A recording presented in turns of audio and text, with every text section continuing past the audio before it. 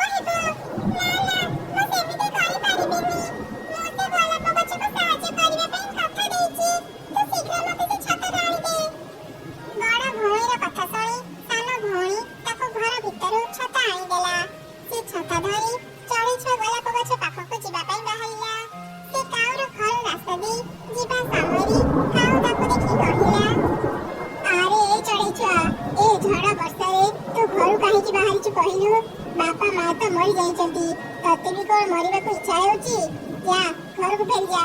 काऊ काका मु गोलाप गछ को साहाଯ୍य करिबा पई ए छता नै त बापा को जाउची।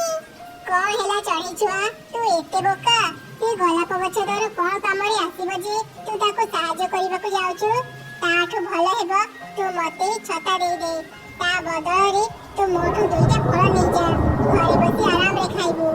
काऊ रे पैसा तो परता कथा सुनी चढ़ी छुआ ताको किछि कहिलानी से छता धरी गोलाप गछ पाखो गला आ गोलाप गछ उपरे से छता रखि देला। अरे बा चढ़ी छुआ तारी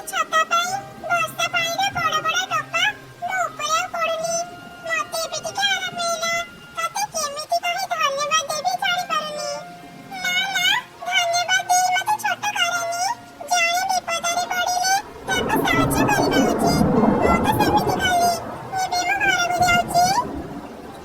କହି ଚଢ଼େଇ ଛୁଆ ଘରକୁ ଚାଲିଗଲା। ବର୍ଷା ଟିକେ ବି କମୁ ନଥିଲା। ପବନ ବର୍ଷାରେ ଜଙ୍ଗଲର ଅନେକ ଚଢ଼େଇଙ୍କ ଘର ଭାଙ୍ଗିଗଲା। ସେଇ ବର୍ଷାରେ ଦୁଇ ଚଢ଼େଇ ଭଉଣୀଙ୍କ ଘର ବି ଭାଙ୍ଗିଗଲା।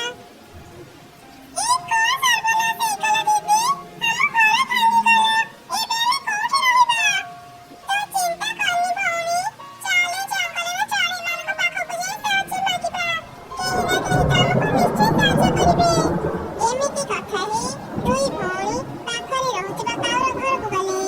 କାଉ କାକା, ଏ ବର୍ଷାରେ ଆମ ଘର ଭାଙ୍ଗିଗଲା। ଦୟାକରି ଆମକୁ ତମ ଘରେ ଟିକେ ଆଶ୍ରୟ ଦେଇଥାଅ। ଏଇ ଚଢ଼େଇ ଛୁଆକୁ ଘରେ ରଖିଲେ ତା ଭଉଣୀକୁ ବି ରଖିବାକୁ ହେବ। ପୁଣି ସେ ଦୁଇ ଜଣଙ୍କୁ ଖାଇବା ଦେବାକୁ ପଡ଼ିବ। ଏତେ ଝାମେଲା କରିହେବନି। ତମେ ଚୁପ୍ ରୁହ, ମୁଁ ସେମାନଙ୍କ ସହ କଥା ହେଉଛି। ହଁ, ତୁ ଠିକ୍ କହିଛୁ। ତୁ ଶୀଘ୍ର ଏମାନଙ୍କୁ ଏଠୁ ବାହାର କର। ଆମେ ତତେ ଆମ ଘରେ ରଖିପାରିବୁନି। ଆମ ଘରେ ଟିକେ ବି ଜାଗା ନାହିଁ। ତୁ ତ ଭଉଣୀକୁ ନେଇ ଏଠୁ ଚାଲିଯା। କାଉମାନଙ୍କ କଥା ଶୁଣି ମନ ଦୁଃଖରେ ଦୁଇ ଚଢ଼େଇ ଛୁଆ ସେଠାରୁ ଚାଲିଗଲେ। ସେମାନେ ଗୋଲାପ ଗଛ ପାଖ ଦେଇ ଯିବା ସମୟରେ ଗୋଲାପ ଗଛ ତାଙ୍କୁ ଦେଖି ପାଖକୁ ଡାକିଲା। ଆରେ ଚଢ଼େଇ ଛୁଆ, ତୁ ଘରେ ନ ରହି ଏମିତି ବର୍ଷାରେ ଭିଜି ଭିଜି କୁଆଡ଼େ ଯାଉଛୁ?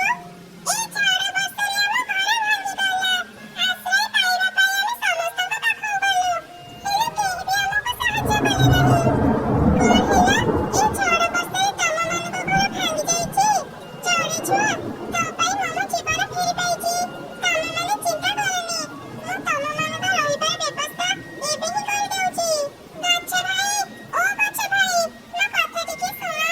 ଏ ଦୁଇ ଚଢ଼େଇ ଛୁଆଙ୍କ ଘର ଏଇ ବର୍ଷାରେ ଭାଙ୍ଗି ଯାଇଛି। ଦୟାକରି ଏମାନଙ୍କୁ ତୁମ ଗଛ କଡ଼ରେ ଆଶ୍ରୟ ଦେଇଥାଅ। ହଁ, ମୁଁ ଦେଖିଛି ତୋ ବିପଦ ସମୟରେ ଏ ଚଢ଼େଇ ଛୁଆ ତତେ ଅନେକ ସାହାଯ୍ୟ କରିଛି। ମୁଁ ବି ଏମାନଙ୍କୁ ନିଶ୍ଚୟ ସାହାଯ୍ୟ କରିବି। ତମେମାନେ ଶୀଘ୍ର ମୋର ଏ କରଣ ଭିତରକୁ ଚାଲି ଆସ। ବର୍ଷା ଛାଡ଼ିବା ଯାଏ ତମେମାନେ ଆରାମରେ ଏଠି ରହିପାରିବ।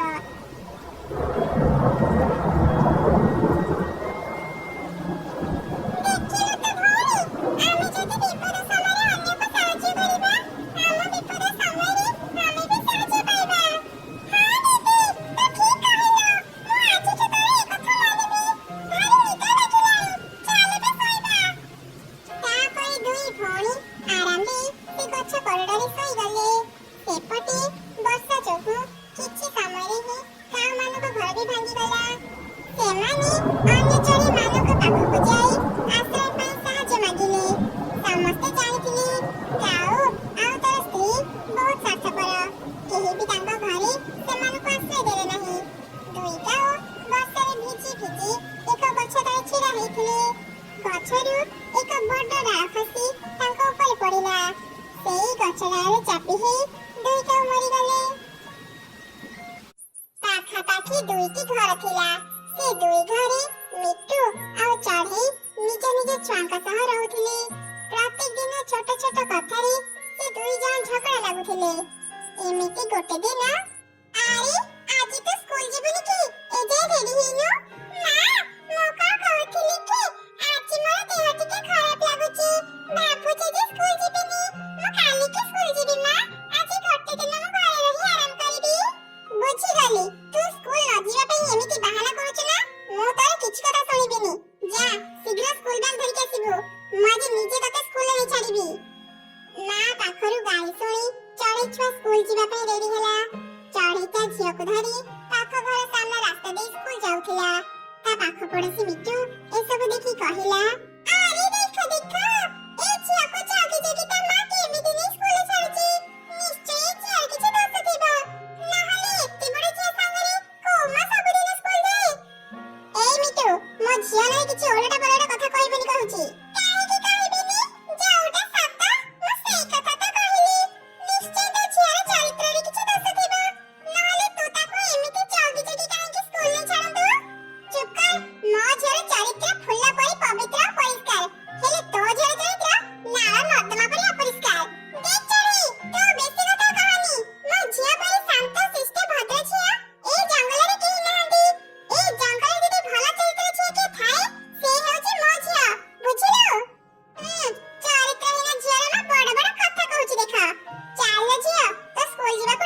ଆସିବ। ୟା ସାଙ୍ଗରେ କଥା ହେଇ ସମୟ କାହିଁକି ନଷ୍ଟ କରିବା?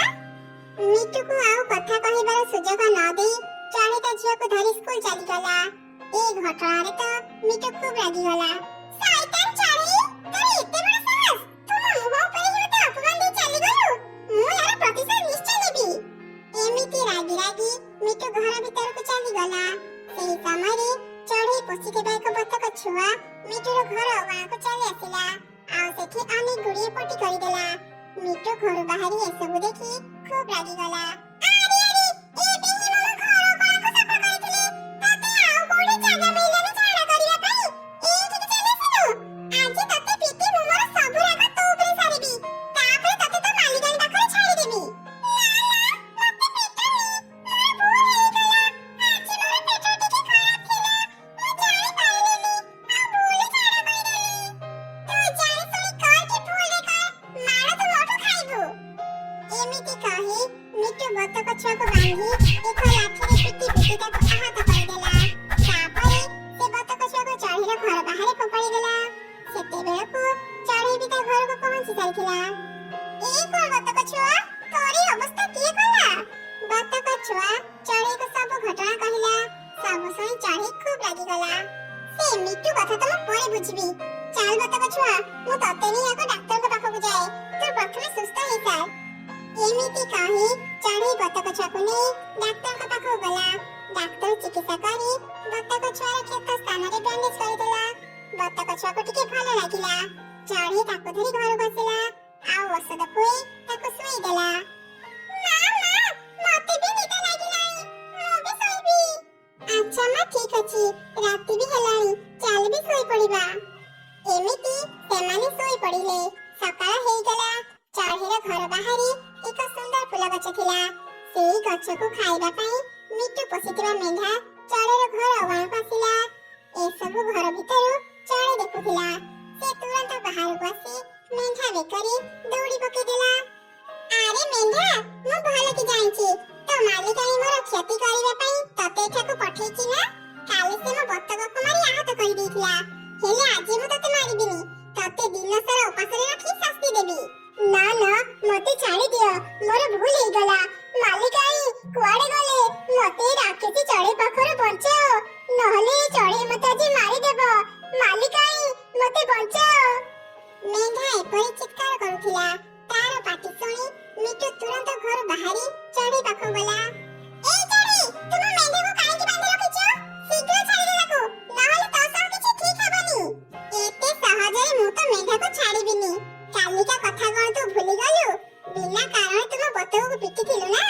ଆଜି ମୁଁ ତ ମେଣ୍ଢାକୁ ଠିକ୍ ସେମିତି ପିଟିବି। ମୋ ମେଣ୍ଢାରେ ଯଦି ତୁ ହାତ ଦେବୁ ନା, ଦେଖିବୁ ମୁଁ ତୋର କଣ ଅବସ୍ଥା କରିବି। ଆଚ୍ଛା, କଣ କରିବୁ ତୁମର? ସାହସ ଥିଲେ ମୋ ସାମ୍ନାକୁ ଆସେ।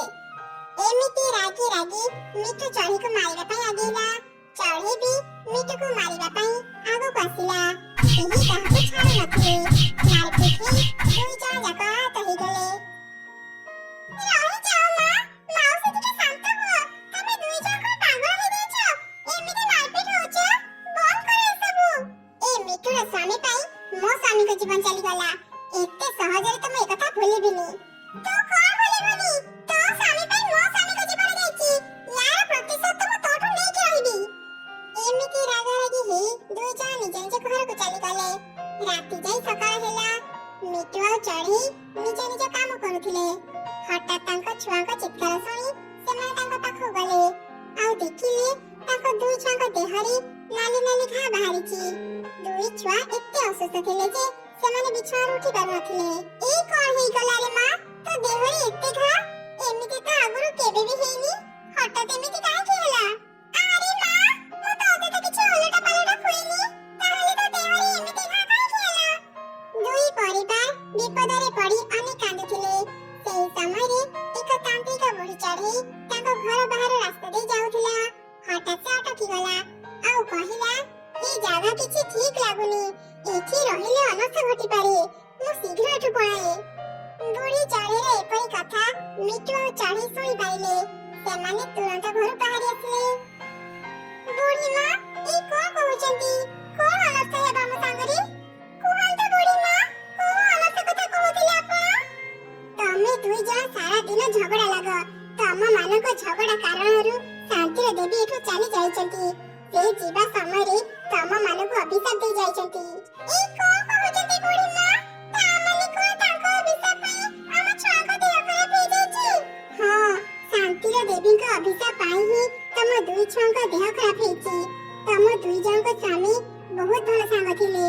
ଜଣେ ଆଉ ଜଣଙ୍କର ଜୀବନ ବଞ୍ଚେଇବାକୁ ଯାଇ ସେମାନେ ନଦୀରେ ବୁଡ଼ିଗଲେ। ସେଥିରେ କାହାର ବି ଭୁଲ ନଥିଲା। ସେଇ କଥାକୁ ମନେ ରଖି ଆଜି ଯାଏ ତମେମାନେ ଝଗଡ଼ା କରି ଆସୁଛ। ବନ୍ଦ କର ଝଗଡ଼ା। ଶୀଘ୍ର ଯଦି ତମେମାନେ ଝଗଡ଼ା ବନ୍ଦ ନ କରିବ, ସ୍ୱାମୀକୁ ତ ହରେଇଛ, ଏବେ ଛୁଆକୁ ବି ହରେଇବ। ନା ନା ବୁଢ଼ୀମା, ମୁଁ ମୋ ଛୁଆର କିଛି କ୍ଷତି ହେବାକୁ ଦେବିନି। ମୁଁ କେବେ ବି ମିଠୁ ସହ ଝଗଡ଼ା କରିବିନି। ହଁ ବୁଢ଼ୀମା, ମୁଁ ବି ଆଉ ଜଣେ ସହ କେବେ ବି ଝଗଡ଼ା କରିବିନି। ଆମର ଭୁଲ ହେଇଗଲା, ଆମକୁ କ୍ଷମା କରିଦିଅ। ଆମ ଛୁଆମାନେ କେମିତି ସୁସ୍ଥ ହେବେ କୁହ? ସେମାନଙ୍କ କଥା ସରୁ ସରୁ ହିଁ ଦୁଇ ଛୁଆ ପୂର୍ବ ଭଳି ସୁସ୍ଥ ହେଇଗଲେ। ବୁଢ଼ୀ ଜଣେ ଦୁଇ ପରିବାରକୁ ମିଶେଇ ସେଠାରୁ ଚାଲିଗଲା। ସେବେଠାରୁ ଦୁଇ ପରିବାର ଆଉ କେବେ ବି ଝଗଡ଼ା କଲେ ନାହିଁ, ଆଉ ମିଳିମିଶି ଖୁସିରେ ରହିଲେ।